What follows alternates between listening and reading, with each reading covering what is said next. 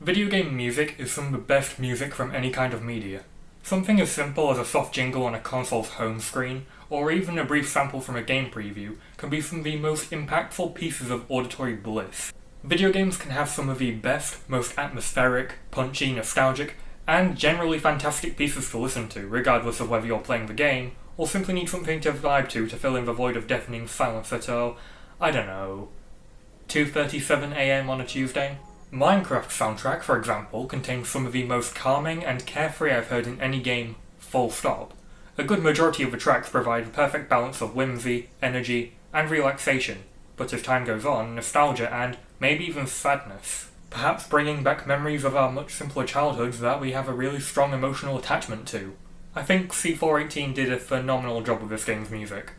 But we're not talking about the game's main soundtrack today. As good as Sweden, Clark, Mice on Venus, and Subwoofer Lullaby are, they're not the subject of today's video. Maybe in the future, but for today, I want to focus on the various music discs found in the game. For those of you who are unfamiliar with them, Minecraft has a total of 13 music discs that can be obtained by either searching through chests by mob spawners, woodland mansions, piglin bastions, founder's buried treasure, or the incredibly specific method of killing creepers with arrows fired from skeletons. Once obtained, they can be played in a jukebox as many times as you wish. Some of the discs are pretty good, others not as good, and there are some that are just weird. These are Cat, Ward, Mal, Wait, Mellohi, Chirp, Strad, Blocks, Pigstep, Style, Far, 11 and 13. And each have their own unique flair to them, but which ones do I think are the best and which ones do I think should remain inside the chest next to our beloved music machines and never be played? Let's find out, but before we do, however, just a reminder that this is my opinion, and music taste is one of the most subjective things you can talk about. Not everyone is going to agree with me, and that's 100% okay. Also, I'm not a music expert, so my apologies in advance if I end up confusing myself or anyone else, if I end up forgetting or using the blatantly wrong music-based terminology. With that out of the way, let's get started. Let's start with the two oddball tracks, 11 first since it's the most unique.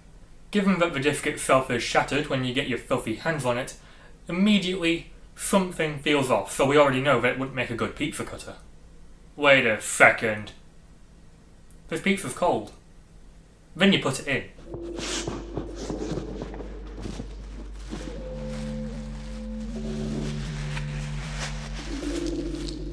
By the end, you're thinking to yourself, what the hell did I just listen to?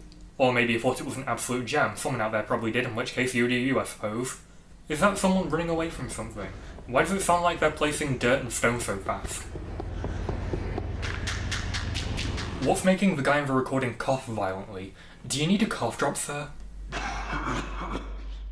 Does someone kill the guy's dog near the end? And why does the track cut off to vinyl static in the last 10 seconds? This easily makes 11 the game's most unnerving track, let alone eeriest music disc, but despite being pretty interesting to analyse, it goes into C tier for one reason. It's not really music. Still, it's pretty fun to dissect each part of it. 13 is the other oddball disc, and just like 11, it's not exactly music, but, unlike 11, it's a much better choice if you're looking for background ambience.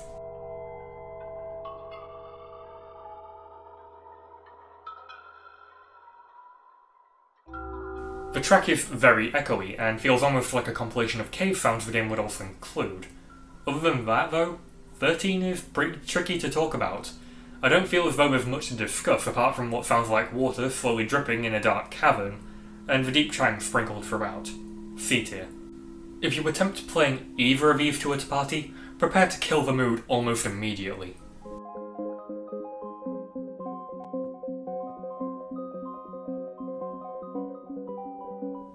Now we go from ominous to cheery with Cat.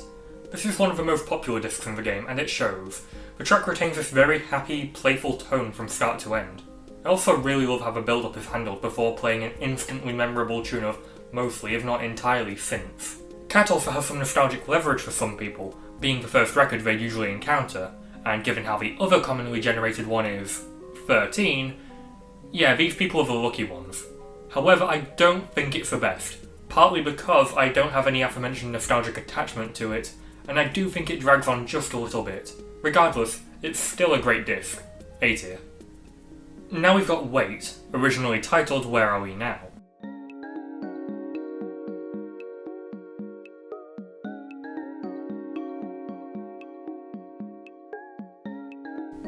You know, the old Where Are We Now title actually works well.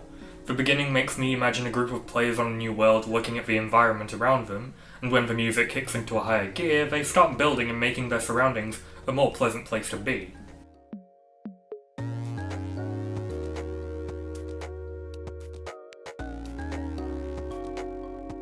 At roughly 1 minute 25 seconds in, they've stopped for a while, standing back and taking a look at their work and maybe a break.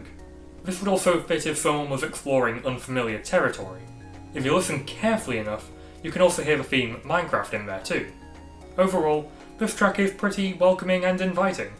To me, this disc perfectly encapsulates that feeling you get after playing with a small group of friends. F tier.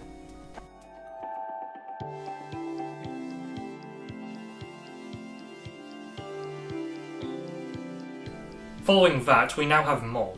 Much like Wait, the title also seems to fit quite well. This could very easily fit as backing music for shopping on a server.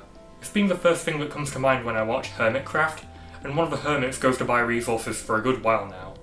I was also watching another video not too long ago, I can't remember which, but they said something along the lines of this disc being a pretty good backing piece for building in creative mode, and I can very well see that. Not to mention, this disc is so upbeat, bubbly, and pretty damn catchy to boot. I was having trouble deciding whether this would be in either an A or an F tier, but after thinking it over, Mole is a solid A. Much like what I said with Cat, this would be an F if I had some sort of nostalgic attachment to it. This next one will be a rather difficult one for me to talk about again, that being Ward.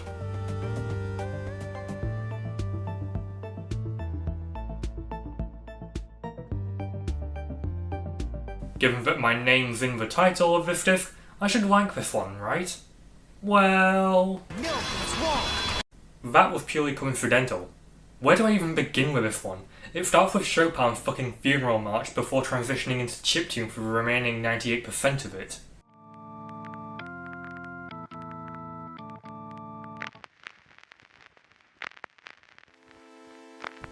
To me, this is probably the most forgettable disc in the game, but admittedly it has been growing on me since I started writing the script for this video.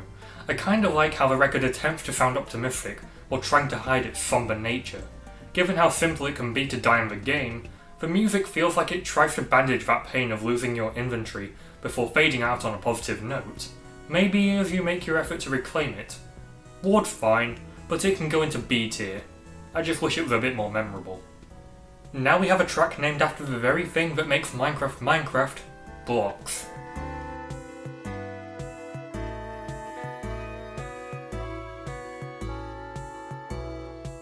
Lasting for a total of 5 minutes and 45 seconds, Blocks is the longest record in the game, and manages to live up to its name quite well. The rhythm is quite blocky and mellow, with a couple of chime-like interludes before coming to an even more soothing close with what I believe to be instruments from the beginning coming back. A good majority of this one reminds me of the Homeworld theme from Spyro 2. It's serene, peaceful, gentle. Blocks goes straight to A tier. I can imagine that this is how some people feel playing the game on their own, being a perfect fit for both creative and survival modes, and I can adore this track for that. It would be an S if it wasn't for one other disc.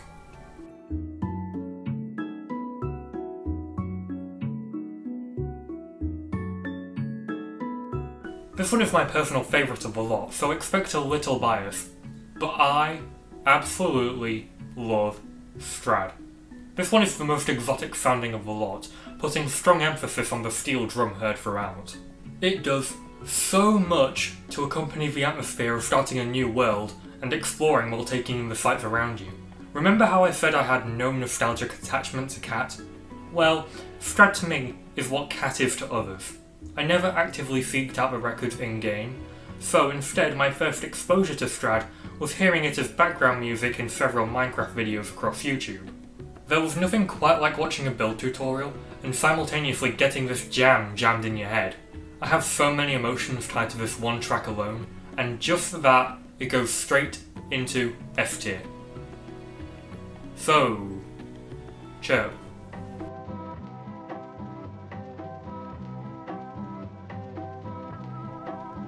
Yeah, it's alright. The main thing that sticks out when listening to this one is how it becomes what feels like an entirely different tune after a minute or so. It can be pretty difficult to pull something like that off without sounding too jarring, but I think Chip does this quite well and is handled much better than Ward.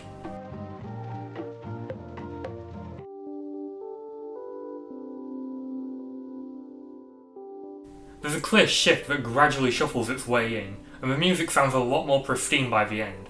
Other than that, I'm having a hard time trying to talk about this one as well. I still enjoy listening to it, but nowhere near as much as I used to, especially compared to some of the game's other records. I'd make it a high B, low A, perhaps a high B.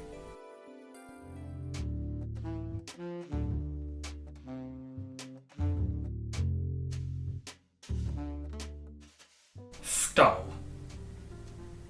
Just gonna get the ranking part out of the way fast. In my list, style is, and I shit you not, F tier. This one's a pretty divisive choice, since a lot of people love it, and equally as many people hate it. How could this be, you may ask? Maybe the recorder segments have something to say about that.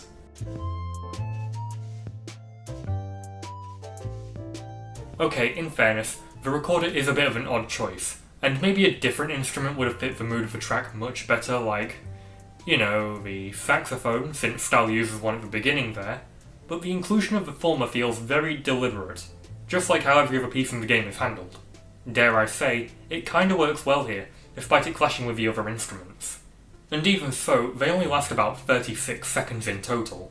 Since style also uses a jazz rhythm, that automatically makes it a really calming track to listen to. That is until your ears are blessed with the recorder hype! It may be just a little awkward, but I love it for that. Up next is one I have very mixed feelings on, Mellohi.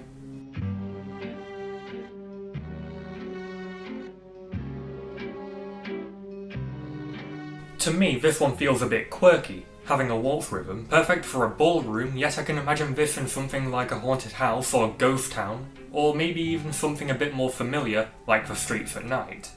I really like the somewhat spooky tone it tries to achieve, and I'm not sure what it is, but I could listen to this one for hours.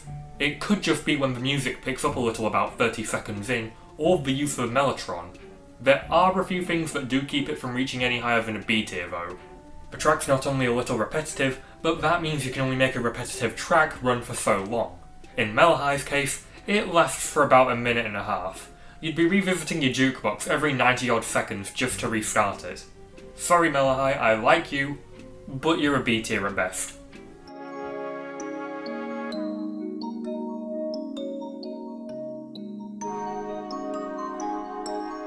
Far is another pretty fun track to listen to, though most of what I've said about blocks can be applied here as well. It's peaceful and atmospheric. The disc also uses echoes to its advantage, giving off this feeling of open isolation, if that makes any sense, and I love it.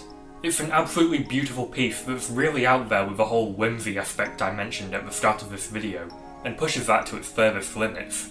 I just wish I knew how to talk about it better. This could either be an A or an S, but I think it just about reaches into the F tier. Finally, we have Pigstep. I can't play this one for you, not because I don't want to, but because of the rumours about people getting copyright claims for including it in their videos. Even if it isn't true, I don't want to run that risk. Sorry. Pigstep has a number of unique qualities to it as well. It's a different colour from the other discs, it's the only one that can be obtained from the Nether, it's the most recent disc to be added into the game, and it's the first one not to be made by C418. This time, Lena Raine took the spotlight and she did brilliantly. I'll be honest, I wasn't a fan of Pigstep originally. However, after listening to it for this video, much like Ward, it has been growing on me. Whereas most of the discs are made to be calming to complement Minecraft's gameplay, Pigstep offers a faster, more energetic hip-hop beat, which makes for a great change of pace. I can definitely see why people enjoy this one as much as they do. The only issues that I can see with it is that it's a bit too short for my liking, at about 2.5 minutes, and it's the rarest disc to come across in the game. Even with those problems aside, this is still a pretty solid F tier disc. And that's my list. Hopefully you enjoyed listening to me ramble about optional music in a sandbox game. Minecraft's soundtrack really is that special to me, and I guarantee that someone else feels the same way I do towards it. I encourage you to listen to each one in your own time if you haven't already. They're that good. Like I said before though, my list isn't going to be perfect, so tell me what your favourite and least favourite discs in the game are, or rant about why I'm wrong in the comments. Thanks for making it to the end of this video, feel free to subscribe if you enjoyed, and I will see you in the next one. See ya!